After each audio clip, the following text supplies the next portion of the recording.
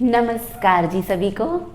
I welcome you all in this next video. कहूँगी मैं, कोई लेक्चर नहीं कहूँगी, कोई ऐसा टॉपिक नहीं है जो आपको बहुत ज़्यादा बोर करेगा। आज हम एक बहुत ही खूबसूरत सी डिस्कशन और बड़ी शॉर्ट उसके साथ हाजिर है, और बहुत समय के बाद हम फेस टू फेस कम्युनिकेशन के साथ हाजिर हैं।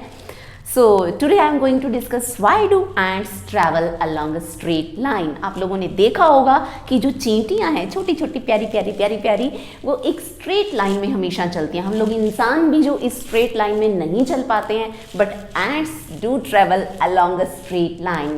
You must have seen the trail of ants along the wall of your house or anywhere else you have seen them। Have you ever wondered why this is happening?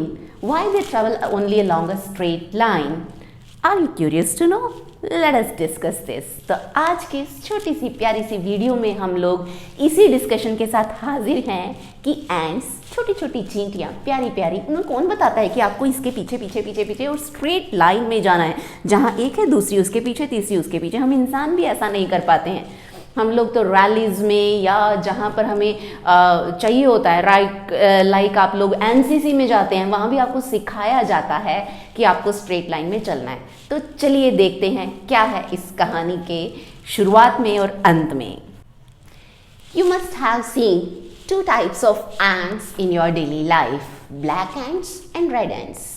काली चींटियाँ हमें लगता है ये तो कोई बात नहीं, आम बात है, ऐसे ऐसे ही घूमती फिर रही हैं हर जगह पर। और रेड चींटियाँ हमें डर लगता है कि काट गई, आय हाय चींटी काट न जाए। सो दो टाइप की एंट्स आप लोगों ने देखी हैं। सो वी विल डिस्कस कि क्या होता है, क्यों ये स्ट्रेट लाइन में चलती हैं। Actually there are 1 million billion ants on this beautiful earth and more than 12,000 species are there।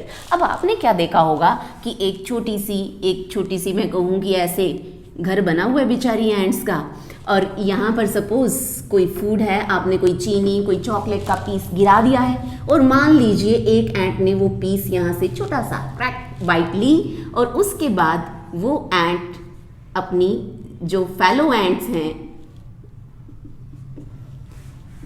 उनको जाकर यहाँ पर ये एंट उठाकर उस पीस को चल देती है। अब होता क्या है कि इसके यहाँ पर पहुँचते ही बाकी एंट्स भी यहाँ से यहाँ पहुँचती हैं, और अलोंग द सेम लाइन जहाँ से ये एंट इधर गई, इसके पीछे पीछे पीछे पीछे पीछे पीछे बाकी एंट्स भी चलती हैं। तो होता क्या है, चलिए देखते हैं यहाँ हो क्या रहा है।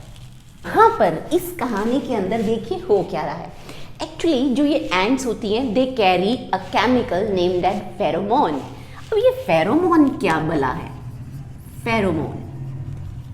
Pheromone basically are chemicals capable of acting like hormones outside the body of secreting individual to impact the behavior of the receiving individual। बहुत भारी भरकम लैंग्वेज हो गई है। तो देखिए जो फेरोमोन वर्ड है, it is composed of 2 words, phero plus mone. Greek language के अंदर फेरो का मतलब होता है आई कैरी, मेरे पास कुछ है। मोन means hormone, hormone means something stimulating.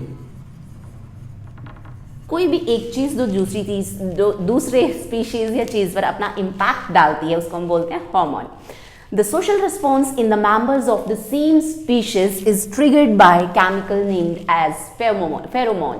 अब फेरोमोन जो होते हैं ये बेसिकली 3 टाइप के होते हैं, या मैं कहूँ कि बहुत सारी टाइप्स के फेरोमोन्स होते हैं। अलार्म फेरोमोन्स होते हैं, फूड ट्रेल फेरोमोन्स होते हैं, सेक्स फेरोमोन्स होते हैं, कि जो कि किसी एक इंडिविजुअल को ट्रिगर करते हैं दूसरे के अंदर कम्युनिकेशन के लिए। आपने देखा होगा कि एंट्स अपने ऐसे एंटीना हिला के, एक एंट है दूसरी एंट है चू चू चू चू चू कुछ करती हैं और अपना आगे को निकल जाती हैं। So basically they are communicating, उनकी कोई आवाज़ नहीं है, उनके पास कोई और मोड ऑफ कम्युनिकेशन नहीं है, तो उनके पास ये केमिकल्स हैं, ये फेरोमोन्स हैं जो उनकी हेल्प करते हैं टू कम्युनिकेट कि क्या हो रहा है, what is being happening. Alarm pheromones होते हैं जो उनको अलर्ट करते हैं कि कोई खतरा है भैया, अपने आप को बचा लो।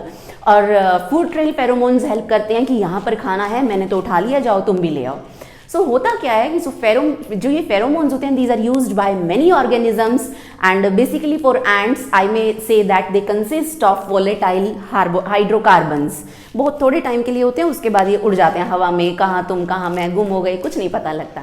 सो जो सर्टेन एंट्स होती हैं, they lay down an initial trail of pheromones as they return to their habitat और their nest with food. This trail act as a guide for the next incoming ants. होता क्या है कि ये जो एंट है, जब ये यहाँ से इस फूड का टुकड़ा उठाकर चलती है तो इट स्टार्ट्स लेइंग डाउन, यहाँ पहुँची, इसने फेरोमोन गिरा दिया, फिर ये यहाँ पहुँची, यहाँ गिरा दिया, यहाँ पहुँची, यहाँ गिरा दिया, ये खुद तो यहाँ पर पहुँच जाती है वापस, यहाँ से ये यहाँ पहुँच गई, लेकिन ये जो फेरोमोन्स इसने गिराए नीचे, वो फेरोमोन्स अगली एंट को गाइड करते हैं। वो एंट इसी पाथ के अलोंग आती है, इस टुकड़े को उठाती है, फिर चलती है। और जो पहले वाले एंट के फेरोमोन्स है वो तो वोलेटाइल थे, वो इवेपोरेट हो गए, लेकिन जब दूसरी आई तो उसने गिराए, फिर तीसरी आई तो उसने गिराए। So this is the way कि किस तरीके से एक एंट दूसरी एंट के लिए रास्ता बनाती चली जाती है। साथी हाथ बढ़ाना साथी रे। तो अब कहानी के इस मोड में क्वेश्चन ये अराइज होता है कि क्या एंट्स के अंदर सिर्फ यही एक केमिकल है जो उनको फूड के लिए गाइड करता है? So there are lot of chemicals used by ants which guide them for different purposes. आप लोगों ने सुना होगा एक फॉर्मिक एसिड होता है, there is an acid named as formic acid. अब जो ये फॉर्मिक एसिड है, मैं फिर से कहूँगी, एक लैटिन वर्ड है फॉर्मिया प्लस एंट, तो उसी से बन जाता है ये। This is created by any ant to warn dangers to other ants, और जो उनके नेक्स्ट आ रही हैं एंट्स उनको गाइड करने के लिए कि यहाँ पर भैया कोई डेंजर है। जैसे ही हमें एक एंट बाइट करती है तो वो फॉर्मिक एसिड हमारे अंदर इंजेक्ट कर देती है, क्योंकि हम लोग भी उसको डेंजर फील होते हैं, हम लोग खतरा फील होते हैं। फॉर्मिक एसिड केमिस्ट्री के स्टूडेंट्स को पता होगा, द सिंपलेस्ट आई में से इस कार्बोक्सिलिक एसिड, सबसे सिंपलेस्ट, सबसे छोटा जो स्ट्रक्चर होती है कार्बोक्सिलिक एसिड की, उसको हम बोलते हैं फॉर्मिक एसिड, HCOOH। ये एक अलार्म फेरोमोन है जिनको एंट्स यूज करती हैं ये बताने के लिए कि भैया आगे डेंजर है, बच जाओ, अपने आप को बचा लो। इसी तरीके से एक होते हैं पायरेजीन्स जो होते हैं, ये भी these are use to secrete by any trail to guide other ants for the food source. जो जिन फेरोमोन्स की हम बात कर रहे हैं वो बेसिकली पायरेजीन्स ही हैं। अब ये पायरेजीन की स्ट्रक्चर क्या होती है? बेंजीन आप लोगों ने सबने पढ़ा होगा, तो कुछ ऐसी स्ट्रक्चर इनकी रहती है। 2 नाइट्रोजन्स अगर हम बेंजीन की स्ट्रक्चर में इनकॉर्पोरेट कर देते हैं तो उसको हम बोलते हैं पायरेजीन्स। और ये जो होते हैं ये ट्रेल लेइंग फेरोमोन्स होते हैं, और इनको स्क्रीट करके एंट बताती है कि भैया यहाँ पर खाना है, इसको फटाफट से खा लो, नहीं कोई उठा कर ले जाएगा। तो इसी तरीके से, और there are lot of other hydrocarbons which are secreted by queens. एक क्वीन एंट भी होती है, जब एक नेस्ट बनता है, एक घर बनता है एंट्स का, तो उसके अंदर एक क्वीन एंट होती है, एक रानी होती है इनकी, चींटियों की। अरे वाह, हम लोग तो पागल हैं जो इंसान है, चींटियों की रानी बन जाते हैं। तो वो जो क्वीन होती है that create some hydrocarbons to stop the reproduction of workers. क्योंकि जब एक ग्रुप होता है, लॉट ऑफ एंट्स एक हैबिटेट के अंदर होती हैं, तो उनकी एक रानी होती है और बाकी जो वहाँ पर होते हैं काम करने वाली, जो ये बोझा ढोने वाली चींटियाँ होती हैं, वर्कर्स होते हैं, और इनकी रिप्रोडक्शन चलती रहती है।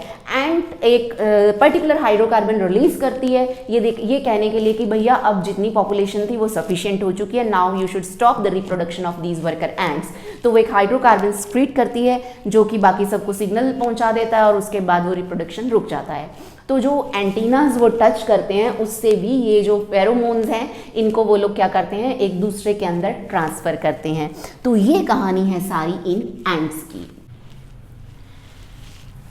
तो इस कहानी में अब आपके दिमाग में एक चीज़ और आ रही होगी, व्हाई डू एंट्स बाइट। अब जो आप लोग ये कहते हैं कि काली चींटी, भूरी चींटी, तो जो ब्राउन एंट्स होती हैं या रेड एंट्स होती हैं, दे बाइट।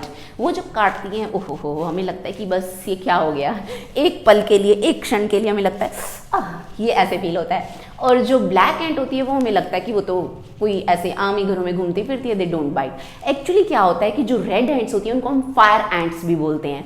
और ये जो रेड एंट्स होती हैं, एंट्स 2 तरीके से हम लोगों को बाइट कर सकती हैं। वैसे वो बाइट नहीं करना कहेंगे उसको, ऐसे पीछे इनके एक स्ट्रक्चर होती है, स्माइल करती हुई एंट बना देते हैं। आप कहेंगे कि मुझे काट रही है ये, ऐसे बना देते हैं हम इसको। तो देखिए होता क्या है, अब आप कहेंगे कि कोई अच्छी एंट नहीं है, ऐसे ऐसे होती हैं, ऐसी ऐसी होती हैं, तो don't go on the drawing. तो देखिए क्या होता है, इसको हम वेनम बोलते हैं। ये जो पीछे हल्की सी पूंछ होती है, जो हल्की सी टिप होती है injection like, this is termed as venom. आप लोगों को लग रहा होगा कि ये है क्या, आप लोग कहेंगे कैसी एंट बनाई है, कि ये जो पीछे इसके पूंछ जैसी छोटी सी इंजेक्शन लाइक टिप होती है, इस टिप को हम बोलते हैं वेनम। एक्चुअली में जो ये रेड एंट्स होती हैं, दे prick this venom into your bodies and when they sting they inject formic acid into your body. तो आपको लगता है कि उफ जलन होगी, एक एसिड जब इंजेक्ट किया जाता है तो we feel little bit of pain. और जो ब्लैक एंट्स होती हैं, दे जस्ट बाइट, वो यहाँ से काटती हैं हमें, और यहाँ से काटती हैं, फॉर्मिक एसिड वो भी इंजेक्ट करती हैं, लेकिन जब ये वेनम यहाँ से काटा जाता है तो दर्द होता है। तो ये थी चींटियों की कहानी। इसके बाद हम फिर से एक अगली खूबसूरत वीडियो के साथ मिलेंगे। हो सकता है कोई एकेडमिक टॉपिक हो सकता है कोई डिस्कशन हो, so be ready for that. Till then, goodbye, thank you so much.